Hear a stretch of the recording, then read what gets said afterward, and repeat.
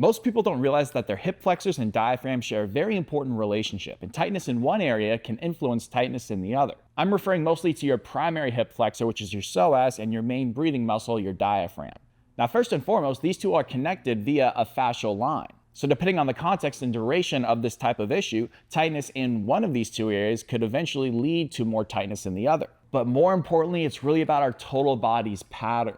So when hip flexors get tight, what typically happens is that the pelvis is going to be pulled forward in space. It's going to tip forward into a position of, well, hip flexion and anterior pelvic tilt. If I increase the amount of arching in my lower back because my pelvis is tilted forward, you can see the effect that would have on my lower rib cage. It's going to flare it up and forward. When the rib cage is flared up like this, the diaphragm tends to get stuck in a position of descension. The descended position of the diaphragm represents an inhaled state of our rib cage. So the diaphragm can't effectively get into an ascended position, which is a relaxed state of the diaphragm as we fully exhale. What most people don't realize is that if we're constantly stuck in this arched position right here, we're just going to keep feeding this pattern of our breathing strategy. We're going to keep inhaling more and more into our lower rib cage and belly, and we're not actually going to be able to get a nice full exhale, which would help pull the rib cage down and the pelvis back underneath us more. So in some cases, you can stretch your hip flexors all day long. You can do all the glute activation work in the world.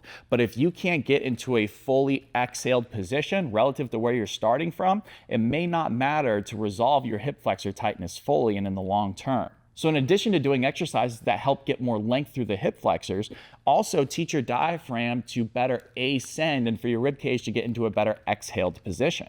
Once your diaphragm can relax, that will also allow your hip flexors to relax. Here's an easy way you can start to do that. Get in an all-fours position with your hands underneath your shoulders and your knees around directly underneath your hip. Get your weight about 50-50 split between your hands and your knees and keep your neck neutral. Get a very slight bend in your elbows, and all you're going to do is very gently push through the ground, even pressure through your hand and palm, and you're going to separate your shoulder blades away from your spine into what we call protraction. You need to do this without excessively rounding your back a ton or shrugging your shoulders. This protraction is great for getting your rib cage to get into that exhaled position and for your diaphragm to ascend. Now the breathing here is absolutely key. You're going to do a nice full relaxed open mouth and relaxed jaw exhale like this for about 5 to 10 seconds. At the end of that exhale, you're going to feel your abs engage, specifically your side abs. You're going to pause and close your mouth. After about a 2 to 3 second pause, you're going to maintain a little bit of that tension you got in your abs from the exhale, not because you're crunching, and then you're going to inhale very gently through your nose. You're going to feel the space in between your shoulder blades and spine expand. Let the air fall into you.